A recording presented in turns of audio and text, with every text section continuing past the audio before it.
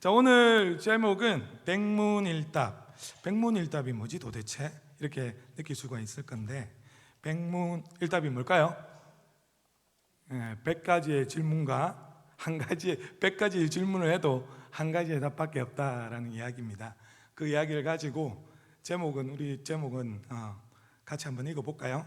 백문일답, 우리의 소망 예수 그리스도라고 적어놨습니다. 여러분, 사랑하는 떡정교회 성도 여러분과 오늘 7, 8, 9 여전도회 헌신 예배로 모이신 우리 여전도회 여러분, 정말 귀한 믿음의 선배로서 지금까지 교회를 섬겨주시고, 어떤 분은 귀한 한 50년, 60년 이렇게 교회를 섬겨주셨을 거고, 또 어떤 분은 또 연차가 다를 수 있지만 아마 이 떡정교회 가운데 진심을 담고 감사를 담고 또 귀한 시간과 물질을 들여서 이 떡정교회를 지금까지 있게 만드신 귀한 분들이지 않을까 생각을 합니다. 오늘은 삼위일체 주일이다 보니 말씀을 준비하면서 삼위일체 주일과 연결을 하여서 이 말씀을 좀 준비해 보자라는 생각에서 오늘 그렇게 좀 준비를 했고요. 특별히 7, 8, 9 여전도의 회원들이 나이대가 지금 60대에서 한 65세, 우리 한국 교회의 주축을 이루고 있는 나이대 세대가 지금 60세대입니다. 제일 많습니다. 제일 30%가 넘습니다. 대한민국 교회를 지탱하고 있고, 그분들이 지금 이 귀한 사명을 한국 교회를 끌어가는데 그 귀한 역할을 하시는데, 이 광야 땅 가운데 어떻게 이끌어 가시는지에 대한 또 그 이야기에 대해서 함께 나누어 보고자 합니다. 수많은 질문들이 있을 겁니다. 우리는 살아가다 보면 던져지는 많은 어려움들도 있고, 기도할 때마다 주님, 이런 것이 과연 우리에게 있는 것이 맞냐라고 어려운 일들이 있을 때가 많을 겁니다.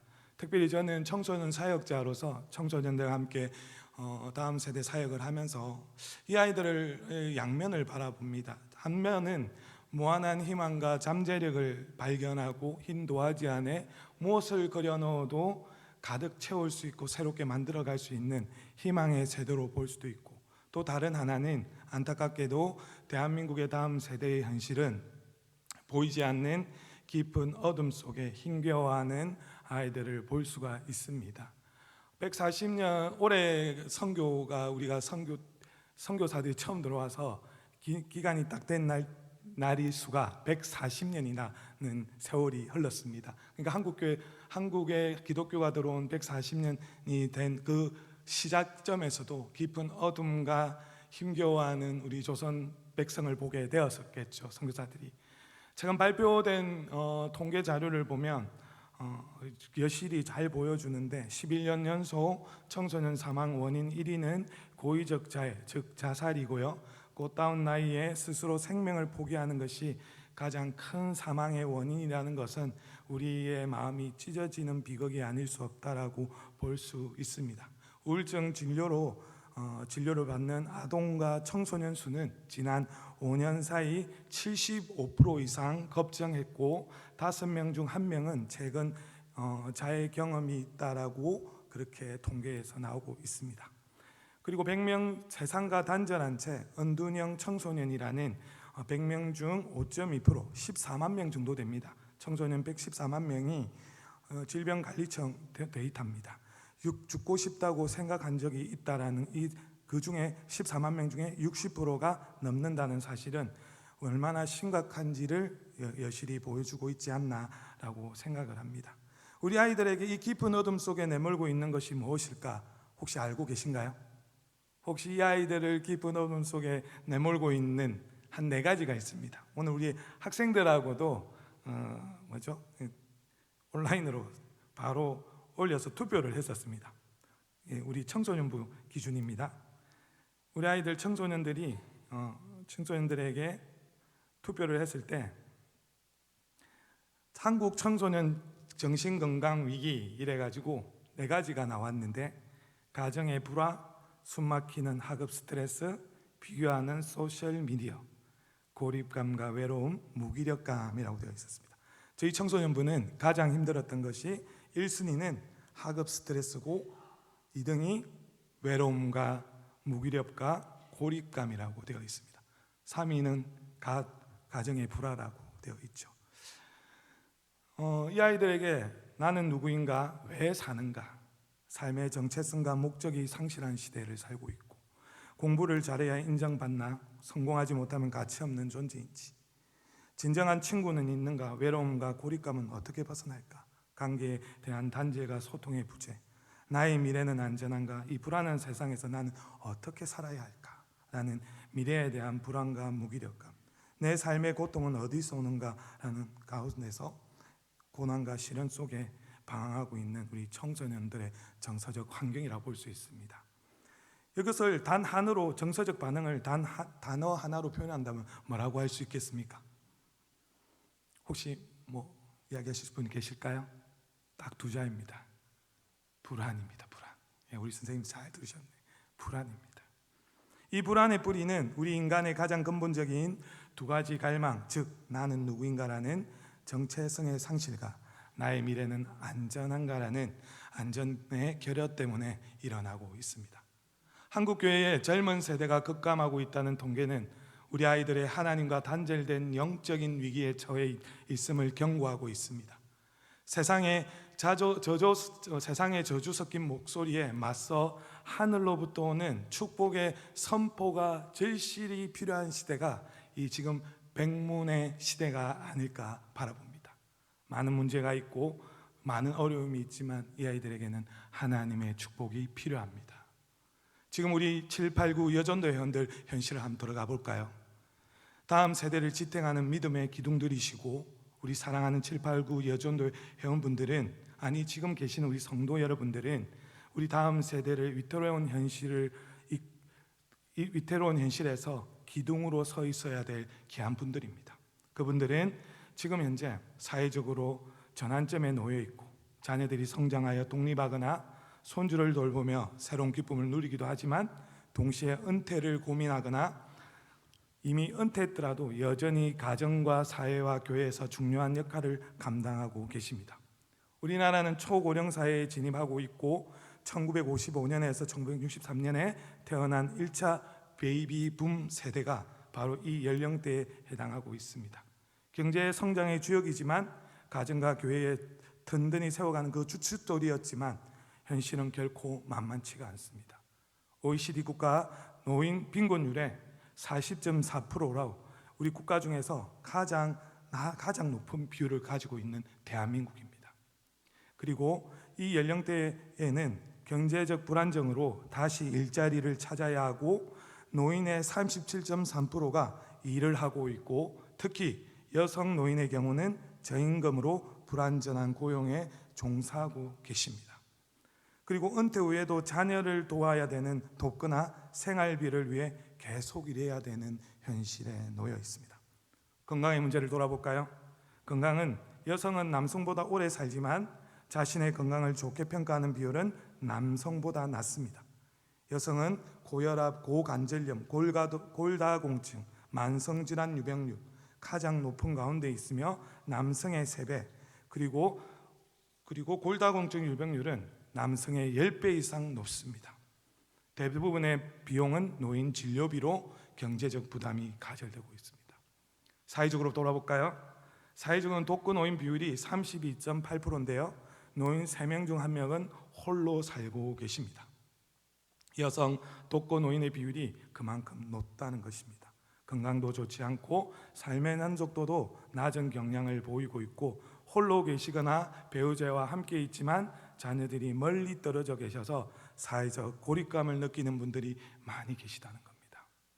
이런 가운데 이 현실 속에서 여러분들은 믿음을 지키고 교회를 위해 헌신하며 다음 세대를 위해 기도를 멈추지 않는 믿음의 귀한 기둥들이시라는 겁니다. 목회 데이터에서 60대 이상 연령층의 개신교인 비중은 일반 국민의 고령화 속도보다 더 빠르게 진행되어 있고 교회가 사회보다 더 고령화되어 있다라고 말하고 있습니다. 그러나 그런 분들이 기도와 섬김과 존재 자체만으로 우리 한국 교회의 희망이라고 이야기하고 있습니다. 자, 100개의 질문 중에 이제 이걸 해결하기 위해서는 하나의 답이 필요합니다. 이 하나의 답은 뭘까요? 하나의 답은 전화가 와서 끊어주고 좋네요. 감사합니다. 우리의 문제점들을 많이 돌아보았습니다. 그러면 지금부터 이제 답이 중요하지 않겠습니까? 맞지요? 그래서 1답입니다. 1답. 오늘 말씀 한번 볼까요? 민수기 6장 24절 말씀을 한번 보려고 합니다. 24절 다 같이 한번 읽어보겠습니다. 시작. 여호와는 내게 복을 주시고 너를 지키시기를 원하며 라고 되어 있습니다. 첫 번째, 성부 하나님의 이야기를 좀 하려고 합니다. 성부 하나님이 우리를 지키시고 복 주시길 원하신다는 겁니다. 사랑하는 여러분, 세상은 끊임없이 우리를 불안하게 만들고 경제적 불안정과 예측 불가능한 미래와 관계의 어려움 가운데 놓여 있을지 모르지만 하나님은 여러분을 지키시고 복을 주시길 원하신다는 겁니다. 믿으십니까? 이것이 수천 년 전 강야 한가운데에 놓여있던 주님의 말씀, 아니 하나님의 말씀 속에서 은혜의 실마리를 발견할 수 있는 놀라운 축복의, 아론의 축복의 메시지였습니다. 아론은 제사장이었잖아요. 하나님이 제사장을 통해 그의 백성들에게 하나님의 놀라운 사랑과 역사가 다음 세대에게 이어져 가길 원했다는 겁니다. 사랑하는 7, 8, 9 여전도의 여러분, 하나님은 여러분을 지키시고 여러분에게 복 주시길 원하십니다. 이 지키심은 단순한 소망이 아니라 전능하신 하나님이 보호하신다는 겁니다. 돈이 많아서, 집이 커서, 아니 경제적으로 명예롭게 좋은 뭘 가졌다는 것이 아니라 전능하신 우리 하나님이 이스라엘 역사 가운데, 많은 역사 가운데 함께 하셨던 하나님이 여러분의 안전을 지켜주시고 여러분의 가정을 지켜주시고 여러분의 기도 제목들의 백문의 문제들을 지켜주시겠다고 하시는 겁니다. 사랑하는 여러분, 이럴 때 우리는 어떻게 해야 될까요? 그분의 신실하심을 믿고 그분께서 우리에게 복 주실 걸 믿고 기도하는 것입니다. 그리고 그분을 믿고 따라가는 것입니다. 성경이 말하는 복은 세상이 말하는 성공과 소유를 말하는 것이 아닙니다. 세상이 말하는 성공과 소유는 더 많이 가지고 더 명예로울지 모르지만 하나님이 말하는 성공과 그 소유는 하늘나라를 사모하며 하나님 때문에 기뻐하며 그분을 예배함이 기쁨이 되는 삶을 말하고 있는 것입니다. 내가 봉사를 하나 하더라도, 내가 일을 하나 하더라도 그 직장 가운데 하나님의 영광이 나타난다면, 하나님이 보여진다면 하나님은 그 귀한 한 사람을 통하여서 지키시고 복 주시는 귀한 성부 하나님이심을 믿길 소망합니다. 두 번째 말씀 25절 한번 읽어볼까요? 시작. 여호와는 그의 얼굴을 내게 비추사 은혜 베푸시기를 원하며. 아멘. 이거는 두 번째, 성자 예수 그리스도의 은혜와 얼굴 비추심이라고 저는 바라보았습니다. 우리 성자 예수 그리스도는 말 그대로 은혜입니다. 그분의 육체가 우리를 위해 죽으심으로 3일 만에 부활하심으로 우리에게 소망이 있고 우리의 모든 죄가 회복되었음을, 하나님과 관계가 회복되었음을 믿는 것이 크리스찬입니다. 여기서 말하는 은혜란 헬라어가 아닌 히브리어로 헨이라는 단어인데요, 이 헨이란 단어의 원뜻은 이겁니다. 받을 자격 없는 자에게 주어지는 하나님의 무조건적인 은총이라고 되어 있습니다. 혹시 예수 그리스도만 발견하면 그 예수 그리스도가 나의 소망이고 나의 모든 은혜임을 고백합니까? 고백하십니까? 아멘이 작습니다. 고백하십니까? 세상의 악함 가운데서도, 심판 가운데서도 예수 그리스도 때문에 아멘 아멘 할 수 있는, 예수가 답이라고 할 수 있는 그런 은혜라고 고백할 수 있는 그런 귀한 우리 덕천교회 성도 여러분과 7, 8, 9 여전도의 회원들 다 되시길 주의 이름으로 축원합니다. 성경에는 가장 먼저 이런 은혜를 고백하는 사람이 나옵니다. 누구일까요? 바로 노아입니다. 노아는 6장 8절에 세상의 악함을 보시고 심판을 하시길 원하시는 하나님이 노아는 은혜를 입었더라라고 되어 있습니다. 은혜를 입고 나서 당대의 의인이었고 완전한 자였더라. 순서가 다릅니다. 나는 의롭고 의롭고 완전한 자기 때문에 은혜를 입었어가 아닙니다. 내가 먼저 은혜를 받았고 은혜 받은 삶을 살다 보니, 삶에서 예배자로 살아내다 보니, 예수가 답이다, 예수가 은혜다 고백하다 보니 당대의 완전한 자며 은혜를 받은 자라 하나님이 칭하면서 그 사람을 선택했던 겁니다. 그 시대는 악하고 하나님과 동행하길 싫어했고 의인이 없었던 시대다 보니 홍수로 심판할 수밖에 없었지 않았습니까? 그러나 그 은혜를 사모하고 잊어버렸지 않았던 이 사람은 어떤 가운데서도 하나님과 동행하려고 삶의 예배자로 살아내었다는 겁니다. 사랑하는 여러분, 789 여전도의 여러분, 가정에서, 직장에서, 혹시나 어느 마을에서 삶의 예배자로 살아내고 살아가고 계신가요? 살아가길 소망합니다. 은혜는 이유가 없습니다. 조건이 없습니다. 은혜는 하나님의 주권적인 선택이요 선물입니다. 우리가 주님을 택한 것이 아니고 주님이 우리를 택하셨습니다. 그래서 이유가 없습니다. 사랑하는 여러분, 우리 자녀들의 가치를 외모와 성과와 인기를 매기려 하지 마십시오. 공부를 잘해야 인정받아, 실수하면 실패하면 끝나는 거야, 예뻐야 해, 멋져야 해, 힙해야 해, 이것은 사단의 속삭임입니다. 예수 믿는 사람조차도 이렇게 이야기를 하다 보니 우리 아이들이 주눅이 들고 힘들어서, 세상을 살기 힘들어서 은둔형 청소년으로 자살을 시도해볼까 고민하는 그 은둔형 청소년 중에 60%가 자살을 선택해보려고 하고 있는 이런 시대를 살아가고 있지 않습니까? 혹시나 얼마 전이지요, 우리 교회는 아니었던 것 같은데요, 방을 안 나오는 학생이 있다고, 어떻게 해야 될지 모르겠다고.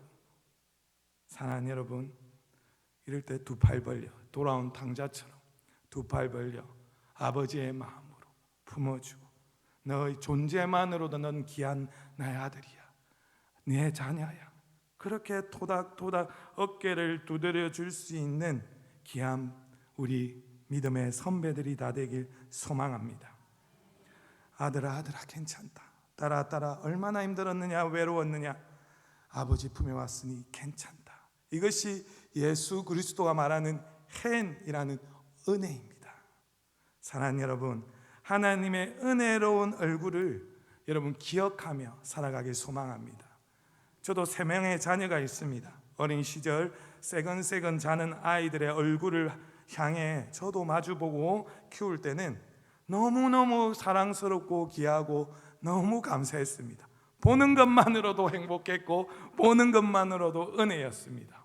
청소년기를 접어들고 지금은 대학교 1학년, 고등학교 2학년, 중학교 3학년을 지나가고 있는 이 시점에 제 아이들이 그만 마냥 좋을 수가 있나? 이라고 할 수 있지만, 이 사춘기 시절 지나가는 속을 썩이고 있는 그 마음 가운데 있을지라도 하나님께서 너를 은혜로서 귀하게 주신 선물이지, 사랑한다, 잘하고 있지, 행복하길 원한다, 난 너를 바라보기만 해도 기쁘다, 바라만 봐도 행복하다, 그렇게 이야기하는 겁니다.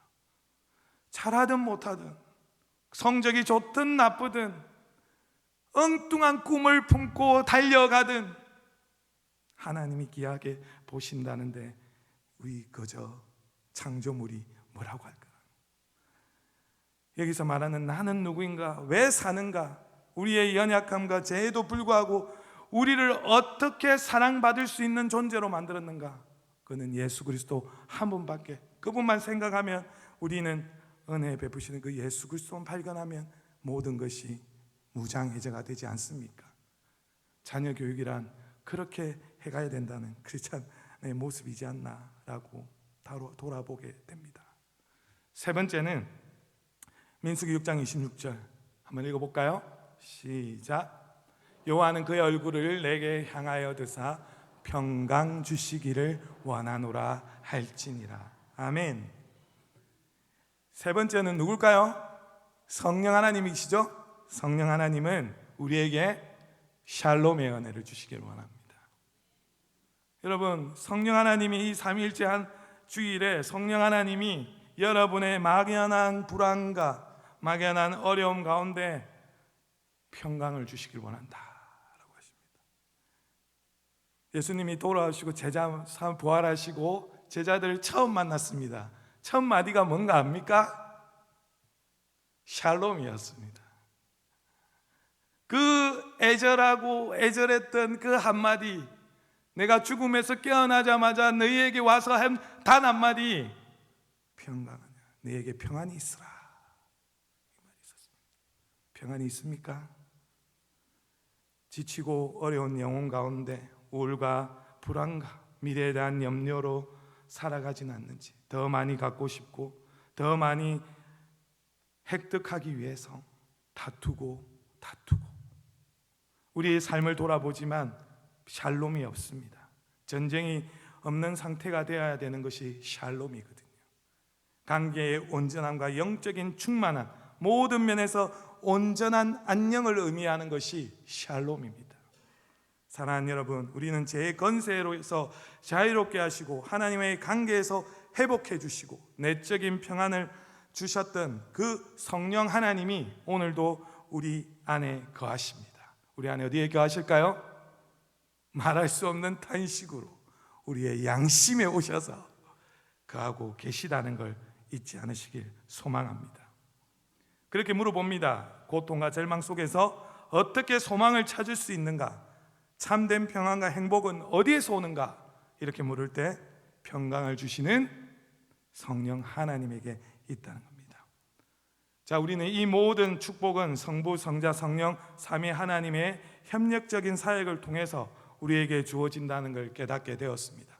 사랑하는 여러분, 하나님께서 계획하시고 성자 예수 그리스도께서 십자가에서 모든 죄와 저주를 대신 짊어지심으로 이루어 주셨고, 성령 하나님께서 그 구원의 은혜를 우리 각 사람에게 적용하시고 평안을 주십니다.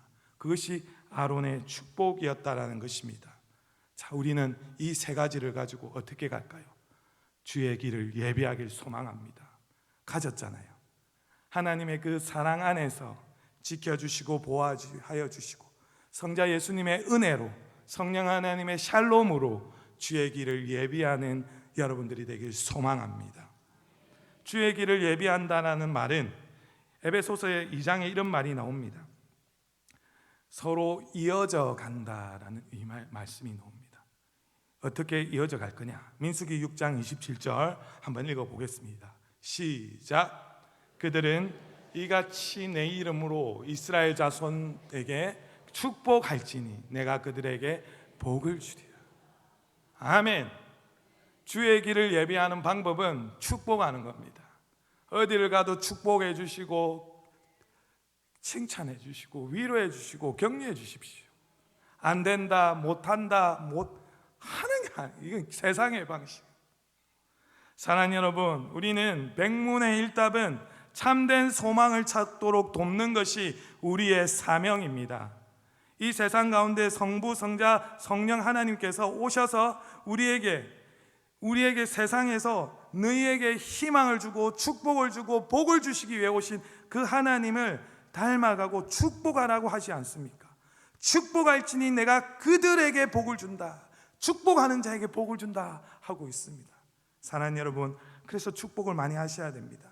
성부 하나님은 너에게 복을 주시고 너를 지키시길 원하신다 하시고 있고, 성자 예수님은 너의 얼굴을 내게 비추사 은혜를 베푸시길 원한다 하시고, 성령 하나님은 내게 평강을 주시기를 원하신다라고 하고 있습니다.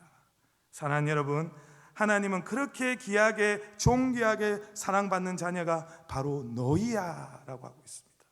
사랑받은 우리가 사랑을 줄 수 있다라고 봅니다. 140년 전 강야에서는 이 주의 길을 예비하기 위해 선교사가 들어왔습니다. 이 대한민국에 아펠렌 젠러와 언더우드 선교사가 조선의 복음을 전한 지 140주년이 되는 이 해에 부활절 4월 5일 날 절망과 암흑의 강야와 같은 조선 땅에 첫 발을 내딛었습니다. 정치적으로 갑신정변의 좌절과 청나라의 내정 간섭으로 숨통이 쪼여왔고, 경제적으로는 아사자가 발생할 정도로 피폐했습니다. 의원을 찾는 사람이 없고 오히려 무당을 찾는 무지한 백성들이 조선의 민족이었습니다. 이 영적으로 병인 약해져 있는 이 무속신앙이 만연해져 있는 참된 소망을 찾기 어려웠던 이 시대에 아펜젤러 선교사의 눈에 비친 이 땅은 이사야 선지자가 묘사했던 길이 없고 생명이 없는 사막과 강야 같은 그 자체였다고 이야기를 하고 있습니다. 이사야 40장 3절 한번 읽어볼까요? 한번 읽어보겠습니다. 시작. 외치는 자의 소리여 이르되 너희는 광야에서 여호와의 길을 예비하라, 사막에서 우리 하나님의 대로를 평탄케 하라 하셨습니다. 이 메시지를 보는 겁니다.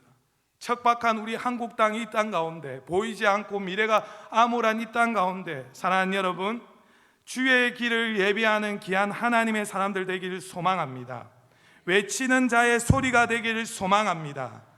손에는 총칼이 아니라 예수 그리스도의 복음이 들려 있었고 그들의 마음에는 세상의 지혜가 아니라 하나님 나라의 소망이 가득했던 선교사의 마음처럼 사랑하는 성 789 여전도의 성도와 우리 덕천교회 성도 여러분, 깨어나서 주의 마음으로 세상의 지혜가 아니라 하나님의 나라의 소망을 가지고 복음을 들고 외치는 소리가 되길 간절히 소망합니다. 이사야 40장 4절을 한번 읽어볼까요? 시작. 골짜기마다 도두어지며 산마다 언덕마다 낮아지며 고르지 아니한 곳이 평탄하게 되며 험한 곳이 평지가 될 것이요. 이렇게 하기 위해서는 어떻게 해야 된다면 우리 안에 있는 교만을 낮추라고 하고 있습니다. 스스로를 구원할 수 있다고 믿는 완고한 마음이 꺾이고 하나님 앞에서 겸손히 엎드려 기도하는 복음의 메시지가 선포되기를 소망한다는 것입니다.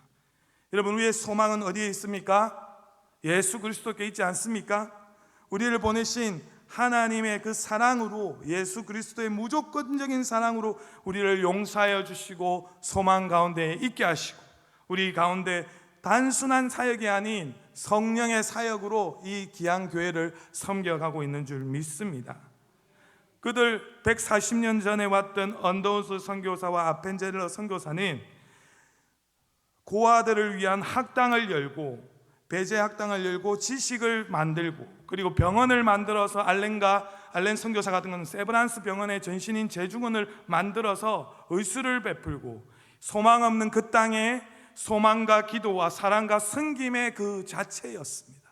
사랑하는 여러분, 우리 이 한국교회 아니 우리 덕천교회 북구에서 소망이 되고 희망이 되고 그 가운데 소망의 불을 켤 수 있는 것은 우리가 헌신해야 되는 이 선교사님들의 모습을 보고 배워야 되진 않을까요? 기도와 헌신, 그들의 눈물과 땀, 소망의 씨앗, 그런 것들이 예비된 귀한 교회가 되기를 소망합니다. 그 앞길에 789 여전도의 회원들이 앞장서길 소망합니다. 아펜젤러 그 믿음의 기도가 기억납니다. 그분은 이렇게 기도합니다. 부활절 아침에 이날에 도착하였습니다. 오늘 죽음의 철장을 산산히 깨뜨리시고 부활하신 주께서 이 나라 백성들을 얽어맨 결박을 끊으시고 그들에게 하나님의 자녀가 누리는 빛과 자유를 허락해 주시옵소서. 부활절 아침에 아펜젤러는 그 백성들을 보며 기도했습니다.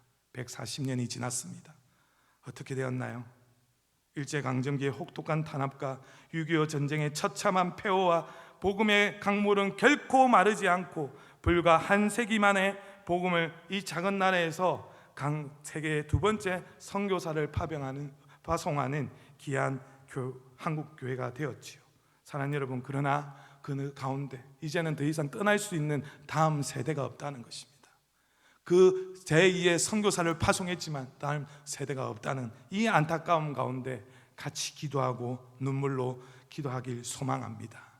저희 덕천교회 청소년부는 이번 140주년을 맞이해서 여름 수련회를 전국에 있는 선교사들의 순교지를 순례하려고 합니다. 위에서 많이 기도 부탁드립니다. 마무리하겠습니다. 우리 789 여전도의 회원 여러분과 우리 교회의 귀한 성도 여러분, 여러분들의 삶의 연륜과 지혜, 무엇보다 변치 않는 믿음과 기도는 다음 세대를 위한 하나님의 축복의 대로를 놓는 귀한 강력한 도구일 줄 믿습니다. 여러분은 이미 오랜 세월 가정과 교회에서 묵묵히 헌신하며 다음 세대를 위해 기도해 오셨습니다. 이제 그 기도의 씨앗의 열매 맺을 때입니다. 여러분이 손길이 닿는 곳마다, 여러분의 기도가 머무는 곳마다 하나님의 은혜가 흘러 넘치길 주의 이름으로 축원합니다.